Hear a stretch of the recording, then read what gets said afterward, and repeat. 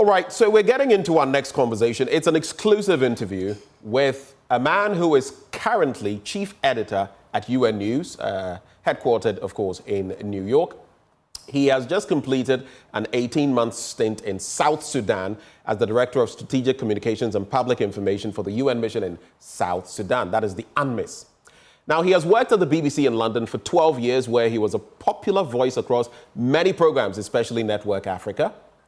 Since moving from the BBC in London in January 2000, capacities including as Senior Communications Advisor to the President of the 66th session of the UN General Assembly, Associate Spokesperson, Office of the Spokesperson to the Secretary General, Spokesperson and Acting Chief of Communication and Public Information, UN Mission in Liberia, that is UNMIL, from 2006 to 2008, and then UN Humanitarian Spokesperson for the UN's earthquake recovery efforts in Pakistan in 2005-2006, and maybe just to add this one, Chief Executive Producer, UN Radio.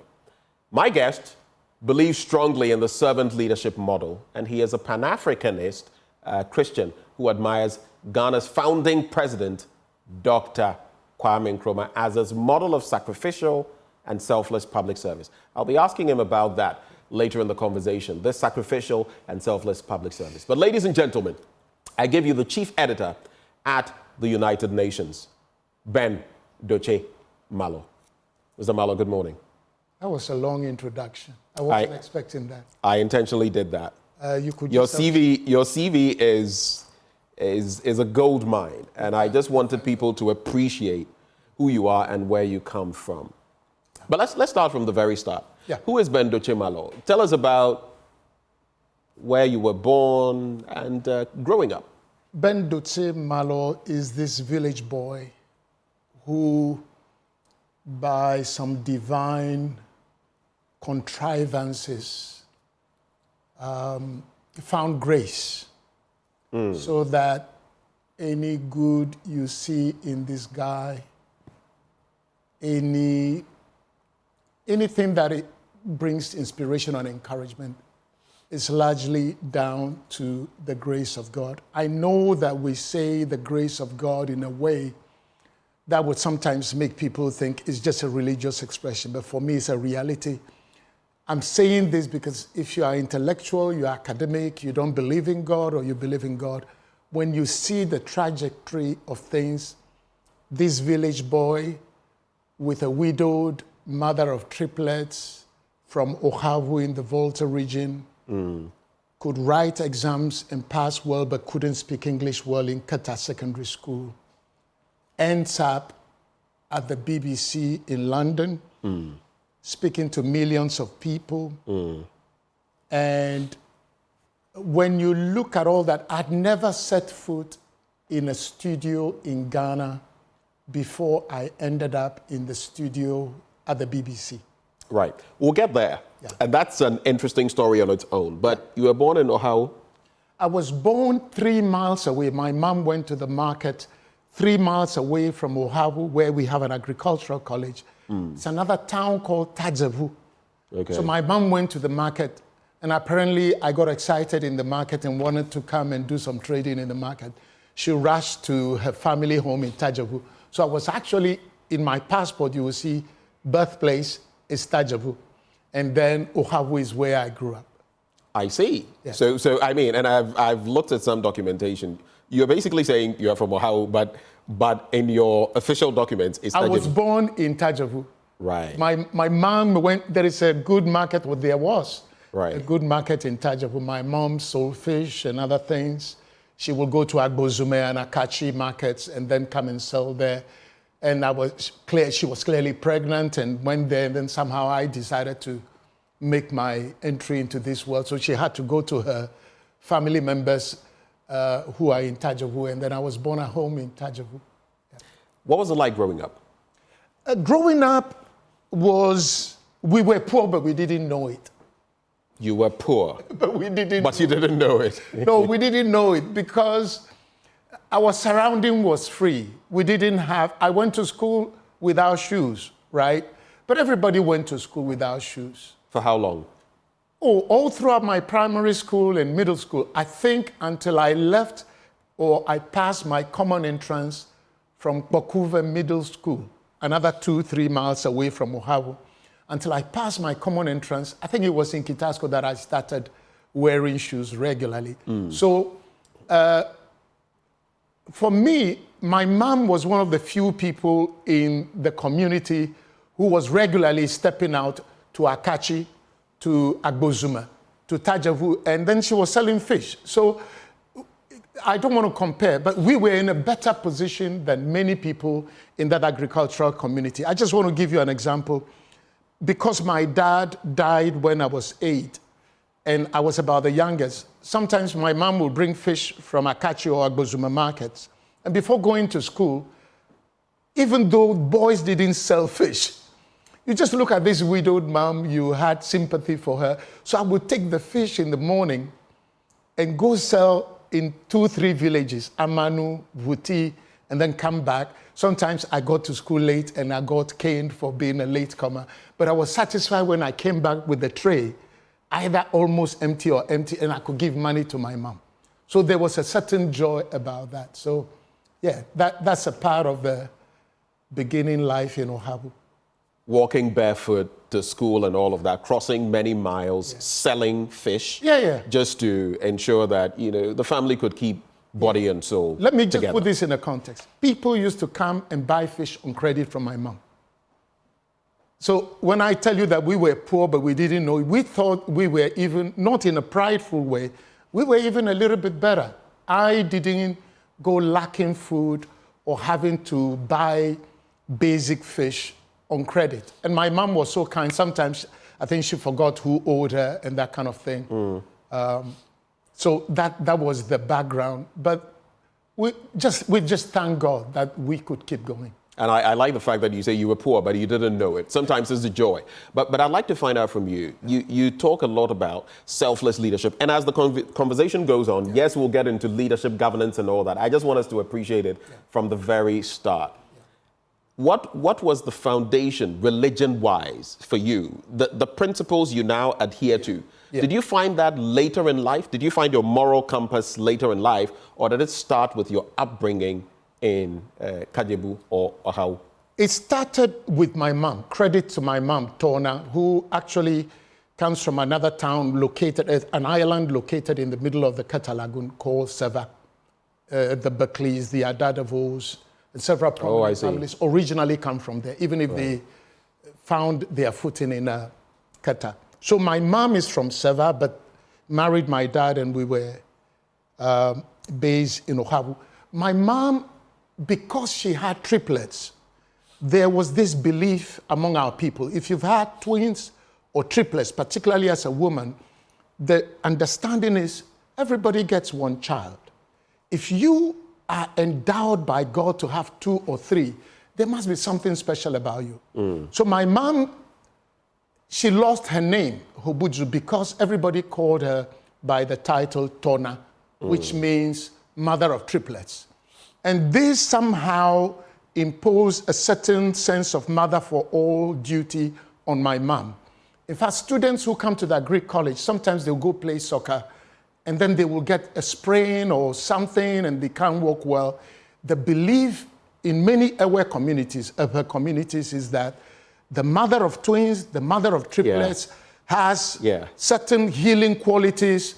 Powers, a certain miraculous touch. Yes. I've heard of that. So if you get sprained or you have this thing, your bones are a little bit, wake up in the morning, don't speak to anybody, go to this person at dawn, and they will just massage you. Nothing fetish or religious.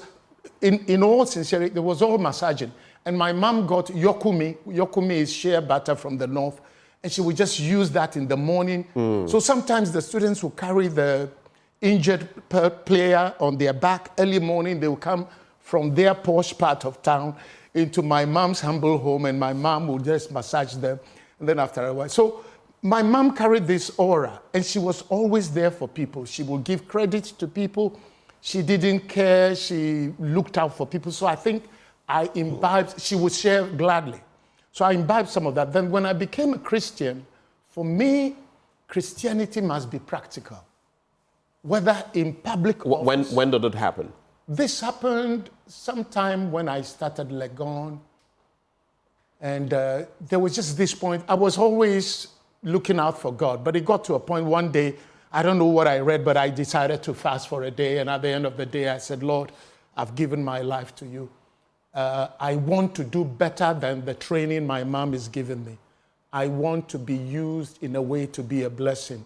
I want to be guided by a power that is bigger than mine, bigger than my own desires and my own notions. So for me, I wanted the Christianity to be practical. What you see of me now, I shouldn't be a different thing when I'm with my wife and children at home.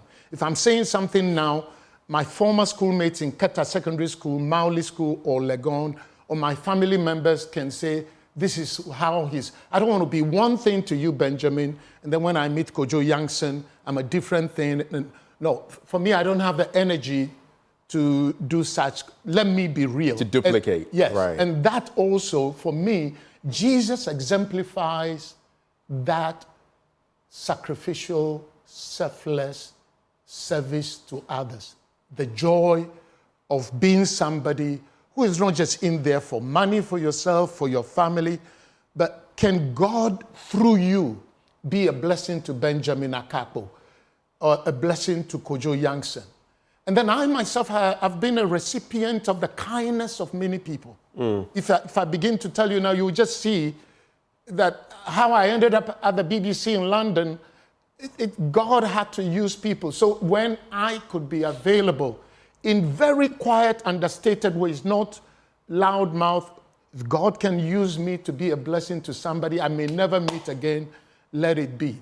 So for me, especially for public office, in Ghana, in Africa, where we are behind, having the responsibility of public office should be a privilege to sacrifice and to die a little. I believe in that principle, die a little, like Kwame Nkrumah did, like John Evans Atta Mills did, like,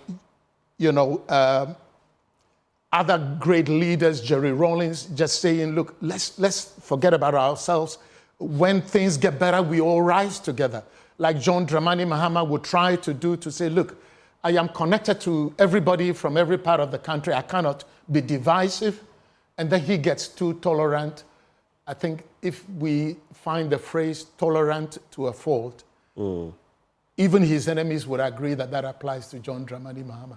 So for me, leaders who sacrifice, leaders who give their all, leaders like Julius Nyerere, leaders like Thomas Sankara, we are desperate for such sacrificial people in this time for generations. And I see you're itching to get into the leadership and governance space. I will guide you there. But I just wanted to, just on education as well. It's always interesting how people start. And I know your story, which is why I want you to paint a picture for the rest of our viewers. Okay. I do know you wanted to go to my alma mater, Bishop Herman. So you're lost. You're from Biheko. I am a Bobu. I'm an old student of Bishop Herman College. Yes, I know you didn't know that, so I've sprung that on you. You wanted to go there, yes, and you were refused. You ended up at Keta and Mauli. Tell us a bit about that phase. Tell us then about the University of Ghana and the experience. Then we'll come into leadership, your experience at the BBC and the UN. Okay. I have a propensity for talking too much. So you need to guide me and stop me because... No worries. You know why? I blame it on the BBC. The BBC paid me to talk. So when I get a chance to talk, I talk thinking the more I talk, the more some money will come into my pocket. So I was just busy at school. They jumped me 1 or 2 classes, and then common entrance in Form 2 in Bokuva Local Authority Middle School. Right. For me, we didn't even know what common entrance was. The teachers just came and said, this photographer will take your pictures, then you go to Akachi Training College and do these exams. Then you all just joined. I was first in class over there. Then we just went and did, and then they said I passed, right? My father was dead. My mom was there.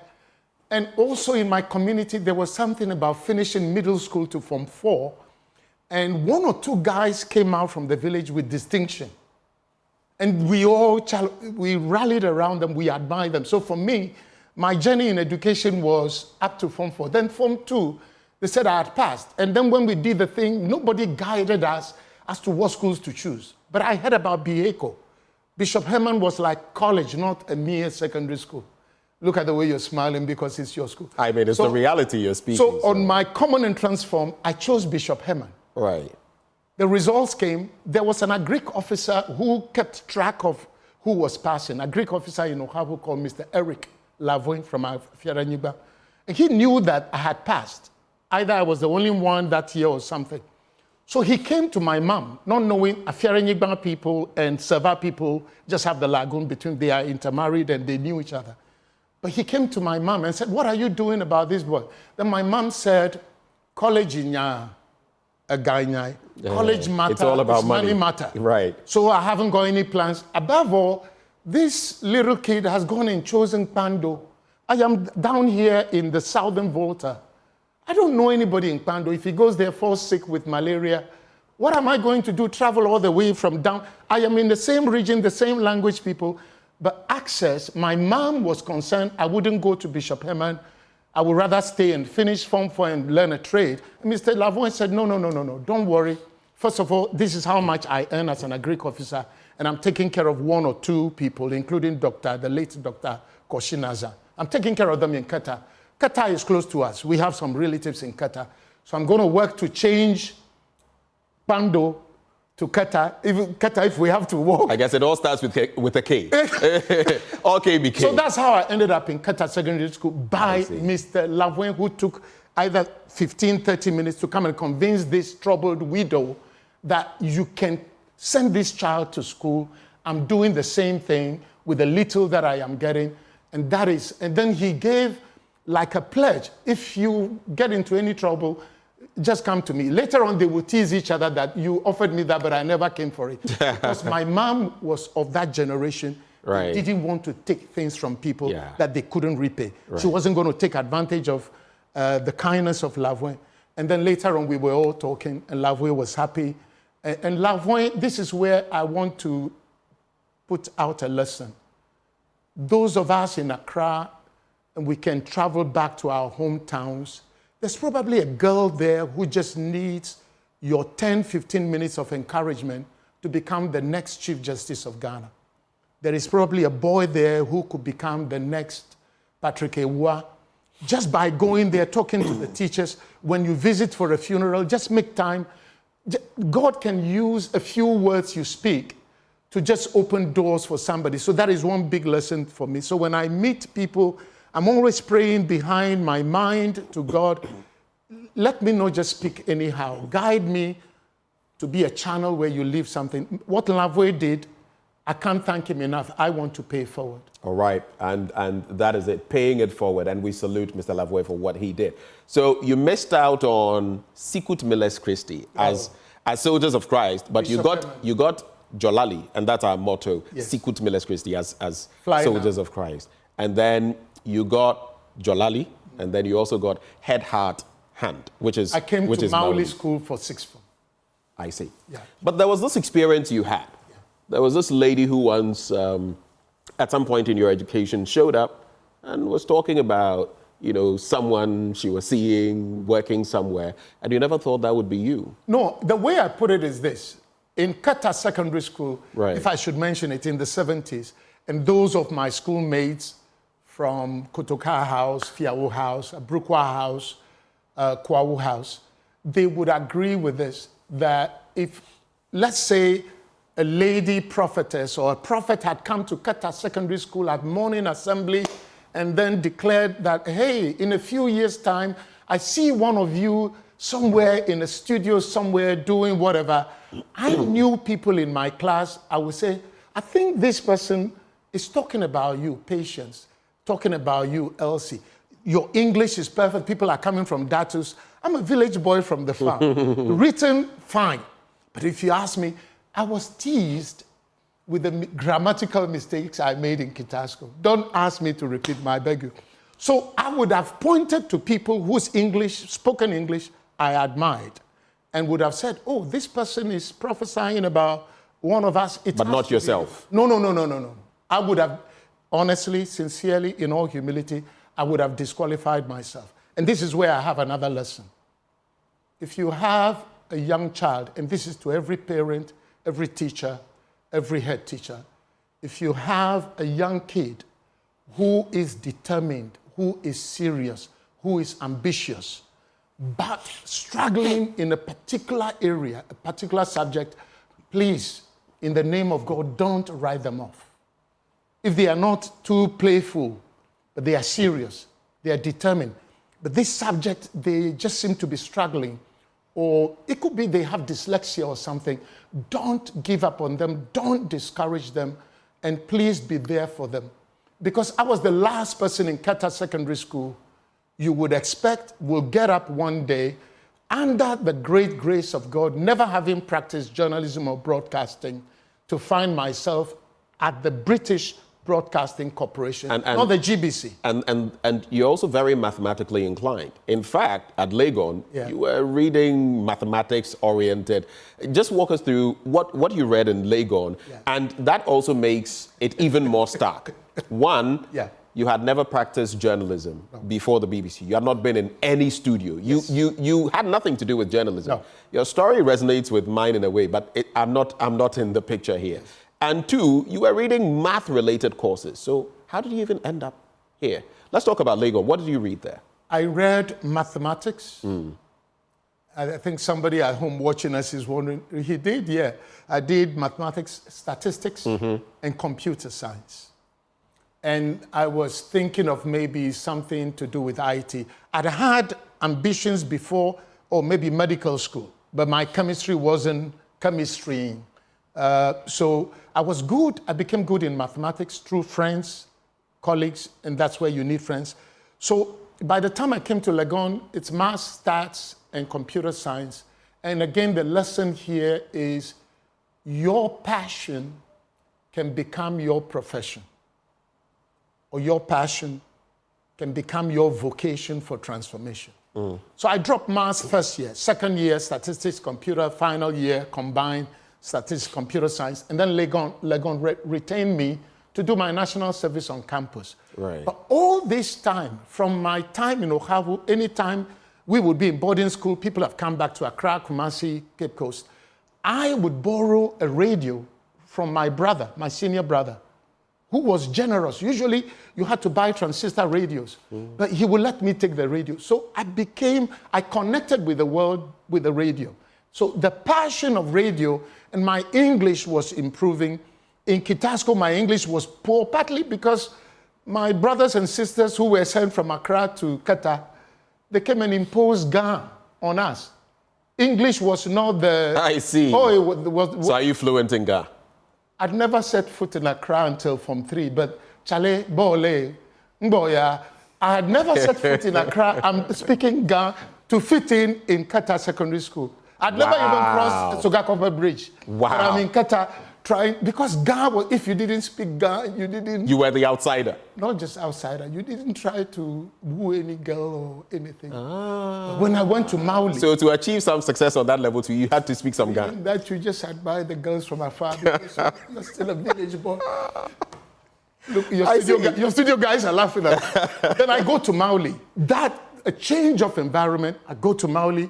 Local boys from around the whole area, speaking English fine. Right. They teased my English. They said my Anglo English wasn't up to par, that I was saying things like, instead of bell, I was saying bail. And then they would do this teasing. But the more I listened to the radio and the BBC, the better my language. So you were listening to the BBC. I was listening to the radio. Writing letters like comments to the editor. Then they will use it on talkback. Then you are in Ohavu, you hear your voice from London, the little comment. Then you felt validated. And then you increase in confidence. And it is remarkable that I, who used to be a listener to Network Africa at the BBC, by the grace of God, please, I'm pleading with those who think they don't believe in God. I'm not saying this in a religious way. I ended up presenting that program that Hilton File used to present. I got chances to do other programs, and it has to be God. So my background was math, statistics, computer science. And later you spoke about IT at the University of Glasgow. I went to Glasgow. You got a master's degree in that. Legon gave me a scholarship. Right. After my service, Professor Akila Pasoya was there, Mr. Ghana. Oh. Yeah. those people made it happen. Professor Champon was there. And just God gave me favor. Right. Usually, when you're doing service on Legon campus, you got your scholarship in your final year, the second year. But for me, within the first year, for some reason, they interviewed me. I knew within that first year that I had a scholarship. I just needed to find the school. So I went to Glasgow, did IT. IT was in its formative stages. So if you didn't have someone modeling you, mentoring you, and then at that time, the passion for radio, suddenly the BBC called me in Glasgow. Neo Date Lamte and the Ghana and the 17 team were in Glasgow to play football.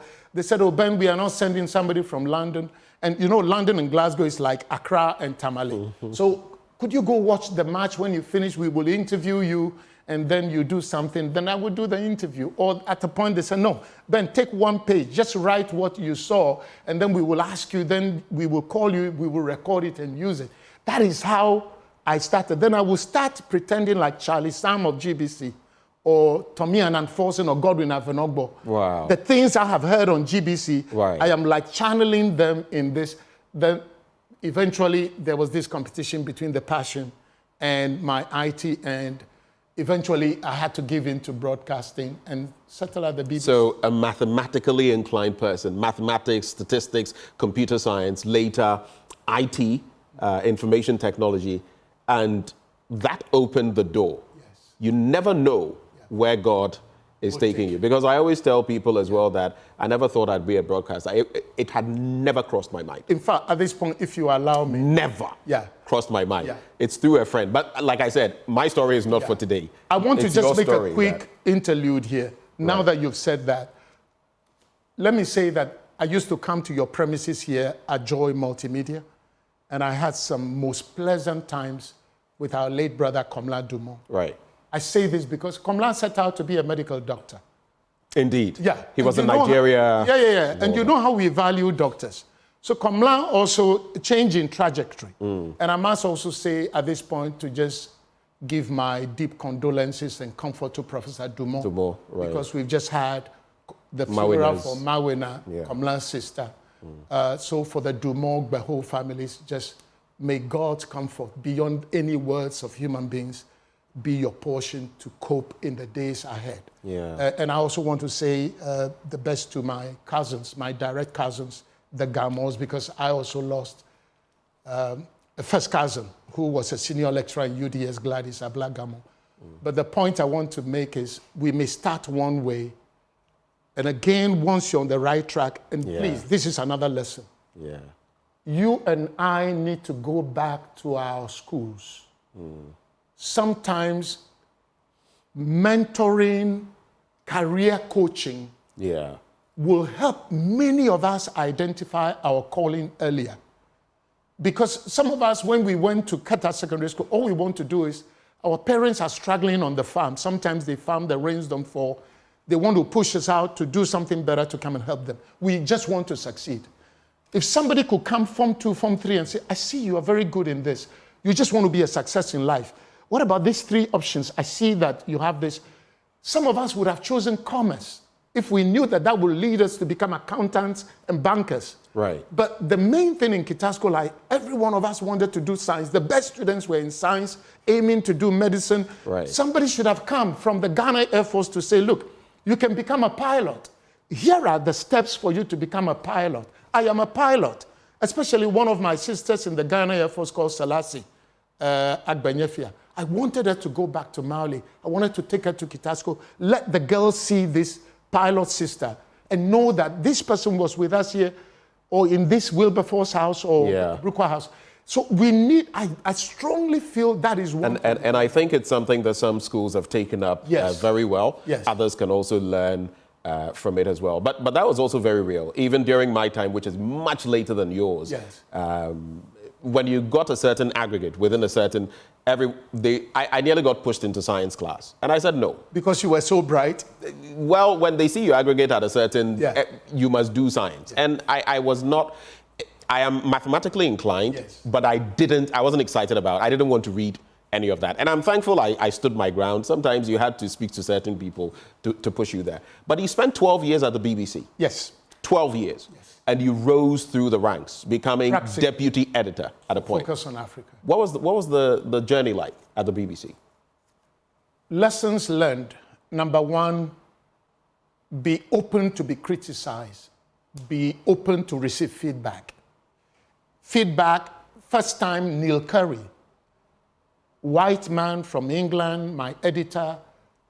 It's like we were in the studio now. After the studio, he calls me aside and said, Ben, you know that portion, you could have done this.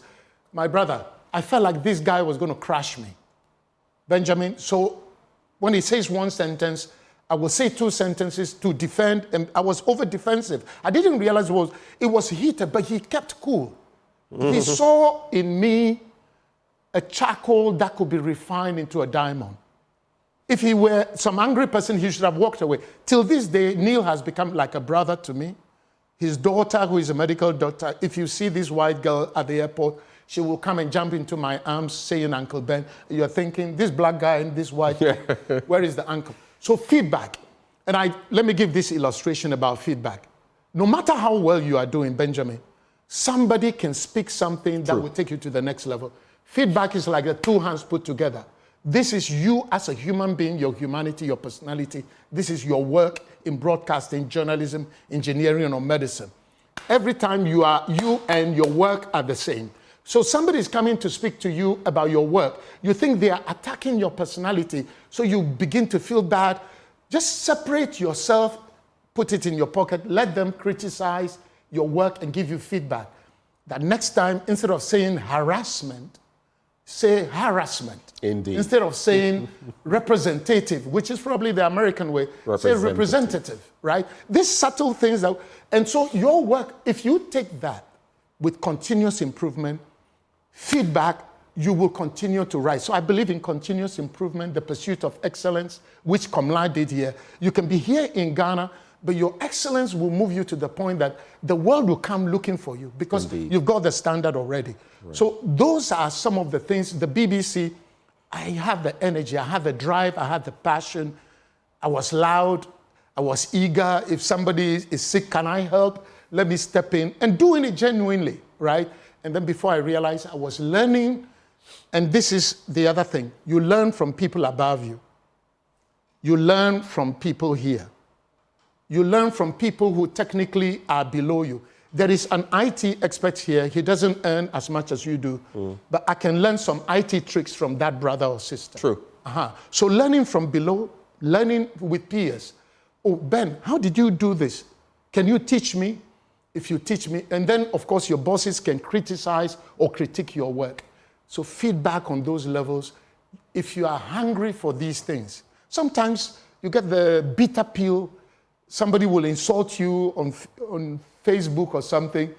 But if there's an element of truth, you separate the insult. And you take this sift the wheat from the chaff. Thank you. But speaking about some of those, you sometimes feel let down. You sometimes feel, wait, God brought me here like the people of Israel. Oh, when they started, grumbling against God and Moses. Did he just bring us here to kill us in the desert? Like they would grumble. You face such an experience at the BBC because you have risen through the ranks. Then you applied for an editorial position, and that was where everything started going down. What happened? This is a long story. Let's shorten it. It's a combination of things, but I want you to see the hand of God in this. Elizabeth Ohini was deputy editor for Focus on Africa. NPP and Kufuor won power in Ghana. Elizabeth Ohini comes and leaves the BBC temporarily to come and take up a post. After 6 months, she would tell us whether she would be coming back or not. So in those 6 months, they opened the place for some of us to apply. 6 of us applied, and 3 people were chosen, and 3 people were rejected. And guess where your brother was? I was among the rejects. You were in the reject pool? Yeah, I was a reject. Before you even go on, how did that make you feel? Oh, if there is a lesson for any brother or sister watching me, I'm pleading by the mercies of God that what I would say, sometimes you go into these things and we run away from God.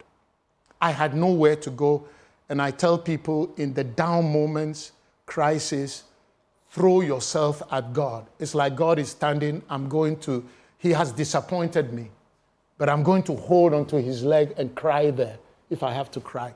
So 3 people were chosen. But before you even get into that, were you frustrated? Were you depressed at any point? You could call it depression. You were depressed? But I went to church, I prayed more, I fasted more, I sought God's face more. I felt, this is the feeling.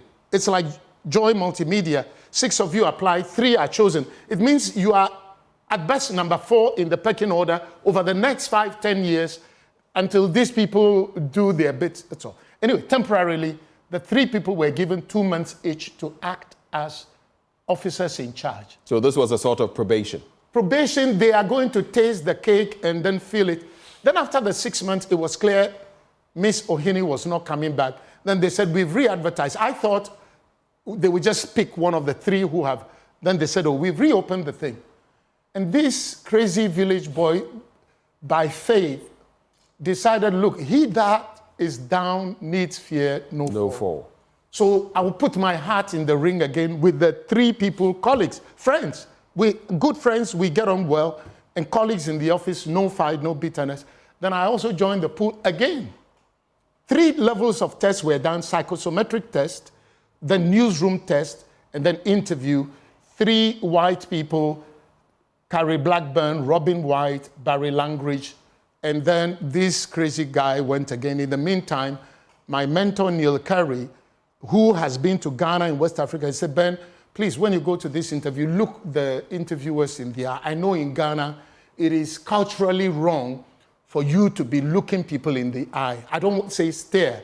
And then he would also tell me, don't go and be like a little, just be yourself. And as I'm on air now, I should, so I prepared. I prayed, I fasted, then I prepared. Then I went for the test.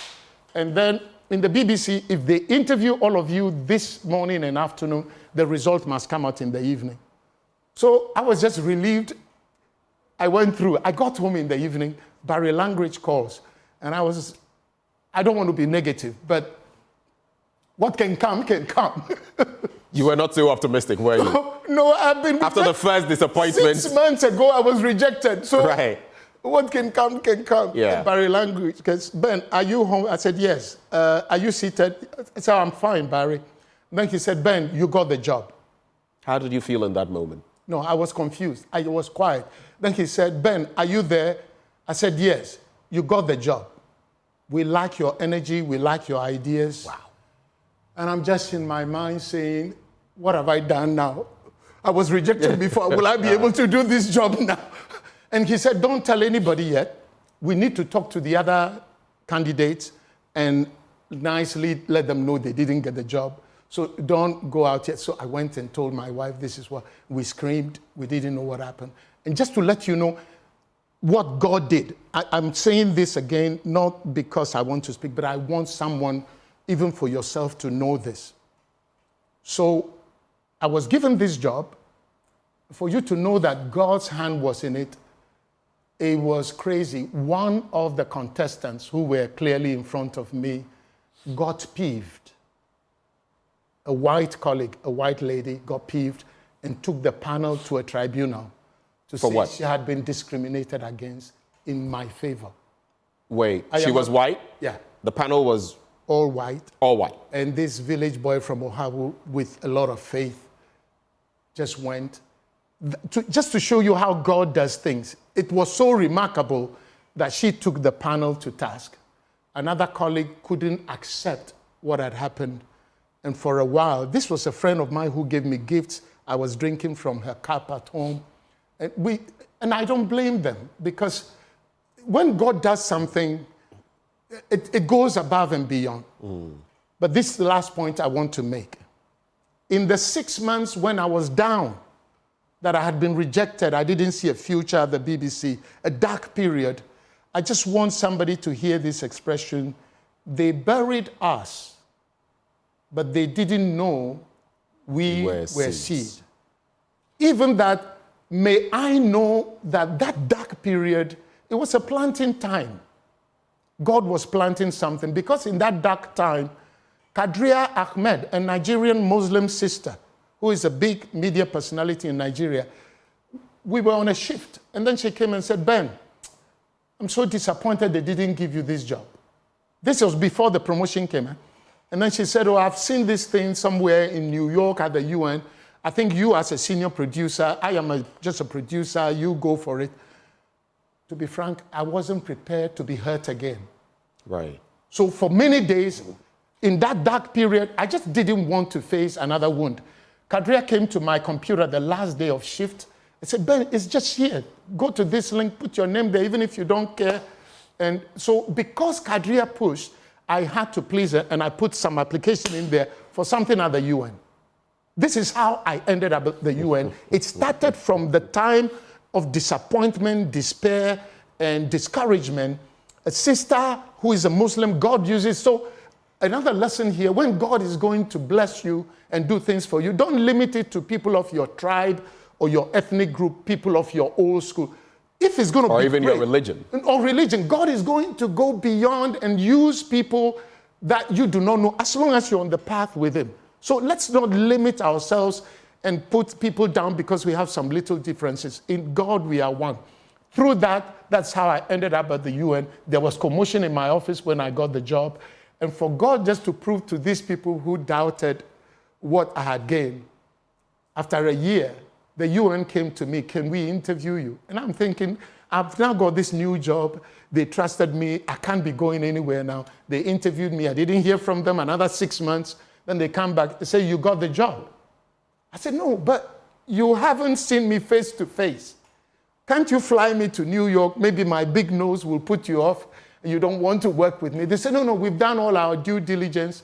We're just giving you the job. Now, for how long had you been at the deputy editorial post? So that was like a year and a half. A year and a half. Just got to prove to somebody that if you don't like him here, I know where I'm taking him. This must be God. And in the end, I had to talk to my bosses at the BBC. I went to one boss called Mark Byford. He became head of the whole BBC at some point. Right. But he kind of liked me. He would see me on the stairs, and I'm one of the few. He would say, Ben, is that you? And I just kind of... So I went to Mark. Mark said, Ben, we don't want you to go. I said, why? He said, we've put you on a succession plan.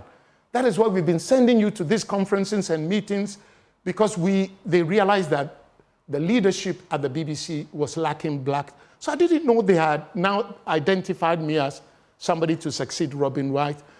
But I spoke to Barry Langridge as well. Barry said, look, my brother used to work in New York. If you get the chance, you can go. Long and short of it, I told Mark Byford, Mark, look at the terms they are giving me. Every 2 years, they will send me and my family to Accra and Oahu, which the BBC was not doing. If I were your younger brother now, and this opportunity is here, which one would you guide me to? And I think that threw him a little bit. Long and short of it is, he released me to go to the United Nations. He came to my farewell, and he would look at the exit door. He said, if you go and they're not treating you well, the door is open. When he was saying this, I didn't pay attention. But later on, my colleague said, did you hear what Max said 3 times? The head of the BBC, our part, was saying, when you go to New York, you are not seeing top, as we say in Ghana. Not many bosses will tell you when you are leaving that they will leave this place. Let's say you go now to Al Jazeera, and Mr. Kwesi Chuma and your editors are saying, Benjamin, when you go and Al Jazeera is not, just come back. We will always be here for you. Right. So I just want to use that as a lesson. In my down moment, that is when God used a Muslim woman to say this opening. And that is how I ended up at the UN. You are down, but not out. Do you know why I've just been patiently watching you? Because I did mention that I'd never had any idea of being in the media. It was a persistent friend. Yes. I'd helped with Spanish. Yes. And maybe I'll just mention it, Francesca Piaget. She compelled me to apply somewhere. And that was my start in the media. But that's a story for another day. I don't want this to turn into something about me. Your story will never be complete without Francesca Piaget. Exactly. And everywhere I go, where I talk about my media journey, I mention her name. But let's get into, so the UN. Was it around the time Busumuru, Kofi Annan, was UN Secretary General? Yes. Tell us about, that was one. Did that also encourage you to want to go there and work? It inspired me greatly, even from afar. At the BBC, I don't have a Ghanaian at the top. So even if I'm killing myself in work, I'm just doing it as an international or public servant. I go to the UN, at least there is a Ghanaian at the top. If I kill myself for this place to succeed, some credit will go to this Ghanaian. And then after a year, I made an arrangement with all my BBC skills to do an interview in the studio like this with Busumuru. All this time, I entered the UN. I'm just seeing him from afar. People are asking, do you know Kofi Annan? I said, yeah, he's from our place, but I haven't met. So he comes into the studio. And I just want every one of us, Ghanaians, in the spirit of unity and community. So Mr. Kofi Annan comes to the studio with security, and my bosses are escorting him. I am seated, mic'd, and everything to interview him. And I go shake his hand. And I have the photo. I have it somewhere on LinkedIn. And I say, oh, Nana Akwabao, right? I'm showing respect to this senior Ghanaian brother. I am Ewe. My tree is the tree I learned from tree worship songs, right? And I'm saying this. Guess what this man did? He said, Ben, F1. So... You were taken aback. Yeah. And he didn't say, it's like he's been around some airways. He said the F1 with the accent and everything. Then I, who wanted to surprise him, I got surprised. So there are these two Ghanaians. I'm trying to force my wretched tree on Kofi Annan. Kofi Annan is speaking to me. Then he goes on to say, Aleke. And I'm thinking... And that totally threw you. Then that one, I just say, sir, thank you, I'm okay. Because I think I got confused a little bit. I wanted to get one on him, but he got me. And then we sat down, we had the interview, and it was a joy for me because when I went there, Mr. Annan was facing criticism that he, as an African, was not doing enough for African nations. And it sounded like you are from Africa, but you are busy with the world and abandoning your people. Same sort of thing Nkrumah faced.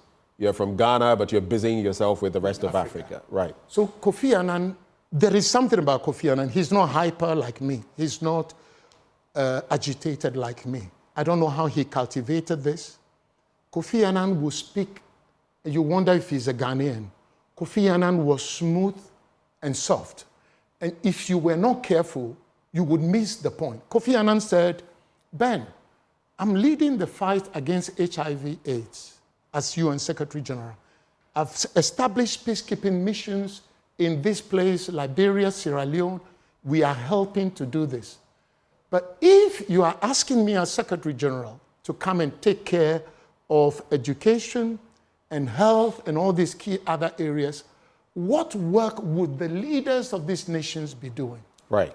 When he said it, not like the way I am taking my time, he just said it until you read it in black and white, you don't get the sting in what he was saying.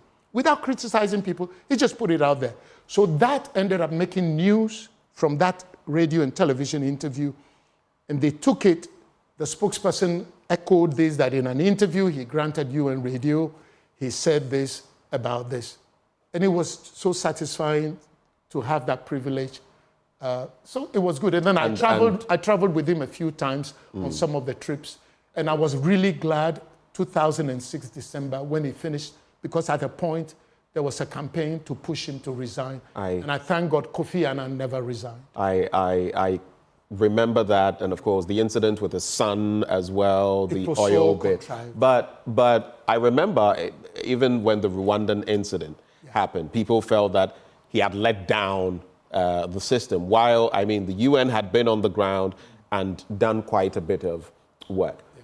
But just to segue from what you just said, Kofi Annan saying, and this is something I'm hearing for the first time, that, look, I'm doing my bit, HIV and AIDS and all these things, but if I were to come down to education and the rest, what would African leaders be doing? Well, let's talk about leadership and governance. Yeah.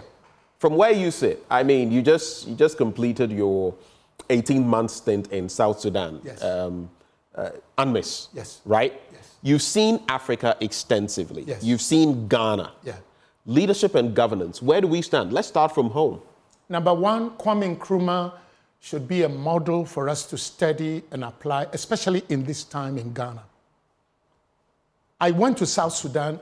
South Sudanese diplomats, ambassadors, were telling me, your president, Kwame Nkrumah, was the first to support our movement for independence. I didn't know this.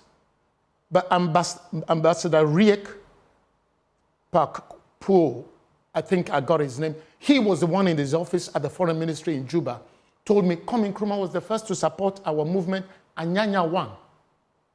So they have this rapport with Ghanaians. I'm talking about leadership. Then many Ghanaians need to know this. John Garang, the hero of South Sudan, the founder of South Sudan, was a Ghanaian passport holder for many years. This is a significant point. The affinity that many South Sudanese feel towards Ghanaians is born out of the fact that when nobody knew us, when we were not separated from the main Sudan, Jerry Rawlings and his government gave John Garang, Dr. John Garang, a Ghanaian passport. So when I went, one key guy told me, you know, Garang had a Ghanaian passport. And I just thought it's one of these things. Until I met the widow of Dr. John Garang, Rebecca Nyangdeng Garang, and she said, oh, where are you from? Graceful, dignified woman. And I said, oh, I'm from Ghana. And in an offhanded way, she just said, oh, my husband spent a lot of time in your country. And I still held back, trying to find. Oh, I said, what was he doing there? He said, because you people gave him your passport. I'm just saying this. Kwame Nkrumah saying the independence of Ghana was meaningless unless it was linked up with the total liberation of the African continent. So when I went to South Sudan as a UN staff, I could relate to our South Sudanese brothers and sisters in the Nkrumahist way, in the fact that Rawlings gave this man a passport. You don't have to second guess me as. So when Ghanaians disappoint South Sudanese, they feel it more than other people. Oh, I see. But generally, I mean, and since we're talking about Sudan, you know Mo Ibrahim? Yes. And in the past, he said something that I repeat often. He was at this conference, I believe, with Bill Gates and some others, and he said, Africa keeps electing all of these very old people. And he said it respectfully, not engaging in ageism. 70, 80, 90. I remember that point. There was a leader up north, I don't know whether it was Algeria, who was 90 or so, in a wheelchair, and he had just won another term. That Mugabe was not alive. I think he was. But he asked, Africans keep electing these very, very old leaders. Where are they taking Africa? To the grave? It was a joke. Yes. But there is some reason to it. Recently, Joe Biden, Trump, people spoke about the age factor in leadership. Yeah. Do you feel our African leaders have delivered? I want us to start from home. In this fourth Republican experience. Listen, even me, I have failed our people. I've built, with the help of Mrs. Matilda and Miss Arthur and Seth Fiati, they've helped me build a library in my village and a computer lab with 20 computers. Many kind people contributed books. And I'm trying to say no child in Ohabu and surrounding schools should end up anywhere and say, we've never seen a computer, we've never touched a computer. People helped me. We are failing our people. When you see Africans dying in the Mediterranean, it is a response, whether they come from Nigeria or Senegal or Cote d'Ivoire, we have failed. The Ghana, the Africa that Nyerere or Nkrumah and others left for us, am I proud about my nieces and nephews that in my little way, what I am going to leave for them is a bit better than I found it? Leadership is critically needed on personal levels, on entity levels, in communities, between you and me. Lead me and let me lead you. Iron sharpeneth iron. And for me as a Christian, let me say this. Ghana is largely a Christian nation. And I have to make a confession here. I hope he forgives me. Bishop Ni Nabi Na Apiakai Takia Boy of Victory Church. I tell him, sir, some of the prayers we are fasting and praying for in church, if we get good leadership, we would stop praying those prayers. For example, testimonies about visa to the U.S. The U.S. should be begging Ghanaians, we need your expertise in Washington. We say, look, I'm too busy along the voter. I'm creating this thing for the world, I can't come. So as a Christian, I want Christians in leadership. And by the way, in terms of age, we are having nothing against older people. Right. Finland had a prime minister who was 34 years old, Yeah. right? Systems and structures are in place. Right now in Ghana, I want you and I to identify any sister who is a competent professional. Could be a head teacher, could be an engineer, a doctor, a nursing sister, who is excellent, has sacrificed that she would die for the good things. She will not be corrupted by money. She will not be looking for stealing money. She will not have money in her home in Abelemkpe, whilst our children are living in dilapidated I see how buildings. someone just caught stray bullets from Please from forgive your... Let's say 5 years ago, I didn't have a bicycle, but by political association now, I own a private jet or I own series of houses. Right. Nobody pays attention to whatever. That is not the Ghana we can build. So my issue is with leadership. Younger sisters and brothers who are competent and good, we need to identify them and infuse them with encouragement. You and I. But our constitution itself has problems in that regard, because unless you are 40 yes. and above, you can't be a president. For example, So you've mentioned, yeah. you know, is it Finland? Yes. I mean, there's New Zealand. Yeah. There's, not to mention, some of them are female as well, yeah. which adds to it. Yeah. There's New Zealand, there's Croatia, there's France, there's the US with Barack Obama. Yes. He was in his early 40s. Yeah. I mean, all of those are there, yet the problem I'm talking persists. about leadership. And none of us is out of this. Every one of us must take responsibility. But what I'm saying about this, even if 40 is what we have in the Constitution, from 35, Benjamin, you get people to come on your program. And a sister comes here, she's a lawyer. She's non-political. She's just patriotic. She says, she outlines some things. Something must enter your spirit to say, once in a while, we need to get this sister back. By the way, when we are having people on the media, we should have the people like Patrick Ewua, who left the US, could have stayed there. Of Ashesi. Yes, Kwabena Frimpong Boateng, who could have been doing, in Germany, he came here, sacrificed whatever his flaws, or Dr. Fred McBagonluri of Academic City University. People who have done things, okay, Ibrahim Mahama, who has the biggest poultry farm in Ghana, who is supplying chicken to our boarding schools.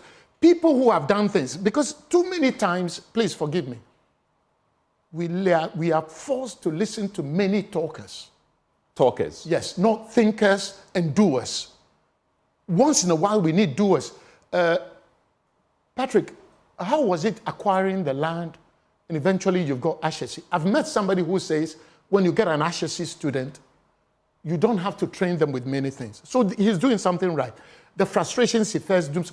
I visited him, and it's a crime for us as Ghanaians that Patrick builds this beautiful place. When you are fed up with Accra, just take a trip there, you will be refreshed and have optimism. And we can't do the road from Aburi Junction over there to just make this place accessible. He's done his bit. So from what I'm saying is, every sister who is into import, and is sending Ghanaian goods abroad, I want to get those people, encourage them. Tell them, would you like, you've got your own house, you've got 2 houses, you've got your car, can you now come and sacrifice? If they are 35, begin to immunize them, so by the time they hit 40, they are ready to meet the constitutional requirement and come. They could be a lawyer, they could be an engineer. Engineers solve problems.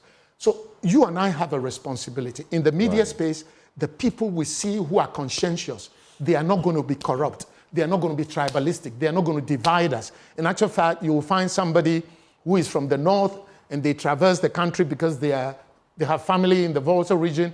And then I tell other people that you may see some of us from the Volta region. But I know a military general deep in the deep south of the Volta region whose great-great-grandparents were from the north.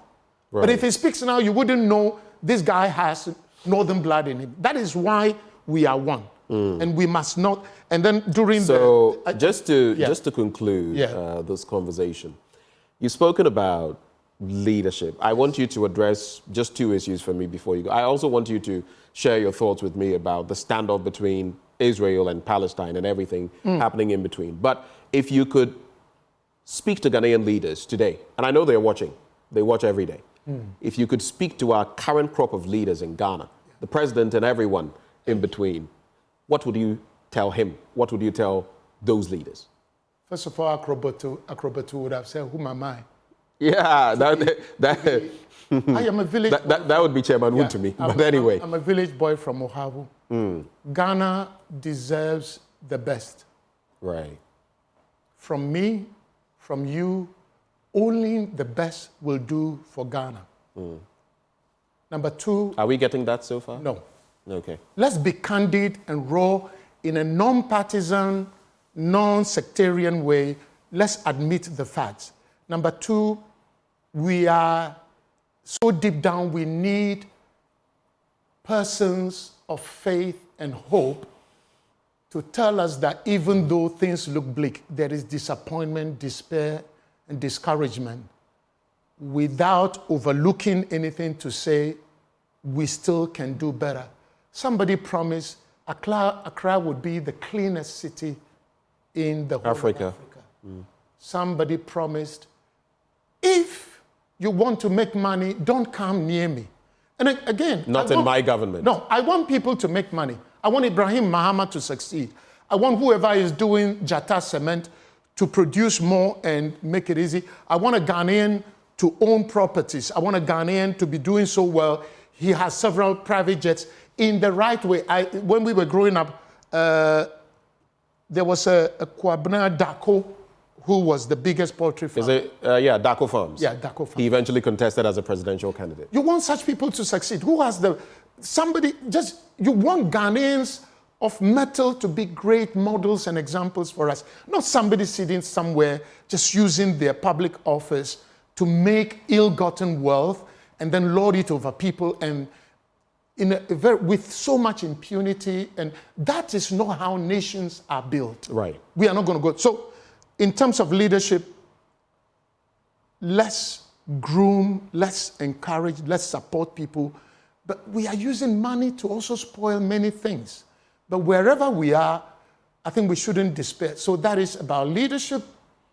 Sometimes those who are willing are not able. Those who are able are not willing. No, we actually make them unwilling because we muddy the place. They are not ready to go bribing. They are not ready to do devious, gangsterish things. And so some of our best people are not in leadership to sacrifice. Go into private practice and make all the money you want. But when you sit in a position of public office, please be like Nkrumah.